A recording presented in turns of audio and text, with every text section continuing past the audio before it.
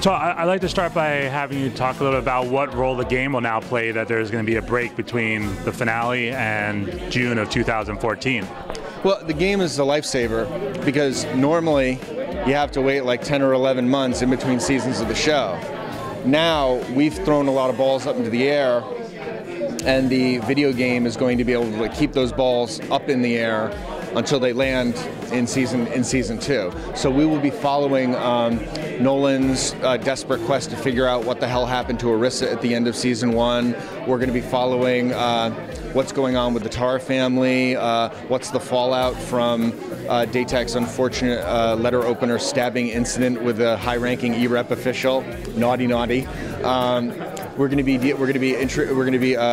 reinforcing the character of Varys, who has already appeared in the game, and setting up his entrance into the TV show in season 2, and doing a lot of other things with music, setting up Alex's new business enterprise, which involves a music distribution system, and lots of little details that pull the show together. The question of what exactly happened to Kenya, where she is there a body, where is it hidden? All of those are things that we're going to play with in the game. For those that aren't going to play the game in between, how will you jump back in for season 2 to have some of those loose ends? You want people who are only interested in watching the show to be able to watch the show without feeling obligated to play the game. But if you do play the game, you will get a fuller, richer experience because there are little details and little tidbits and bonuses and elements of connective tissue that we're putting into the game that will give you more. So if you feel like you can't wait the 11 months before Defiance comes back, go buy the game.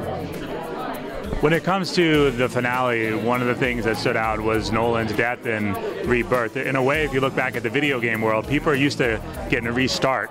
Did that have any influence at all on that?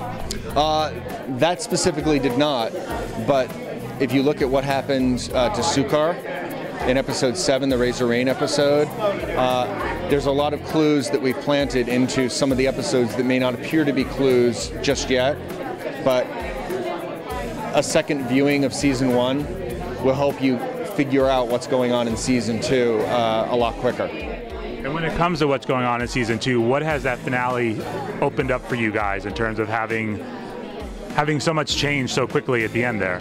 Well, what it's opened up is an ability to give new fans an access point to jump on if they haven't watched first season, because everyone's sort of in a new place, and we're replatforming everyone's new position with Rafe no longer being in charge of the mines, with Stama now rising to ascendancy in the Daytak crime family, Daytak with his fate, Orissa with her disappearance, and Nolan searching for her.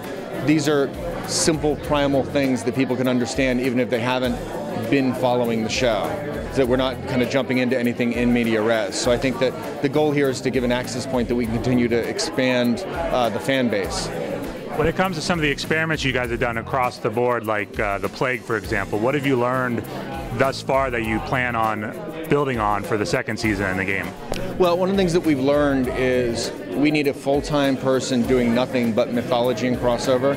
So Brian Alexander, who was our first season mythology coordinator, he also had a job where he also had to coordinate all of our scripts, and he had to make sure the revision pages were done, and he had to make sure the alien languages got into the show properly, and the phonetics were done, and the MP3 files with David Peterson reading. He had a million other jobs.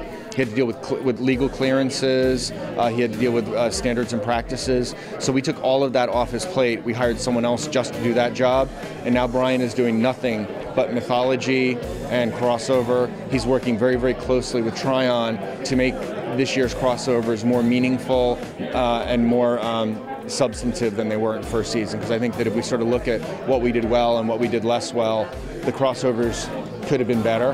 And I think that's the thing that I'm really anxious to try to improve our game. You guys have also incorporated a wanted poster from a video game character. Now you also have a contest going on now during the summer where a character is actually going to be in it. Yeah, we're going to put the winner of the contest will have a character that will then enter the show, and so and I'll ultimately pick which character goes in.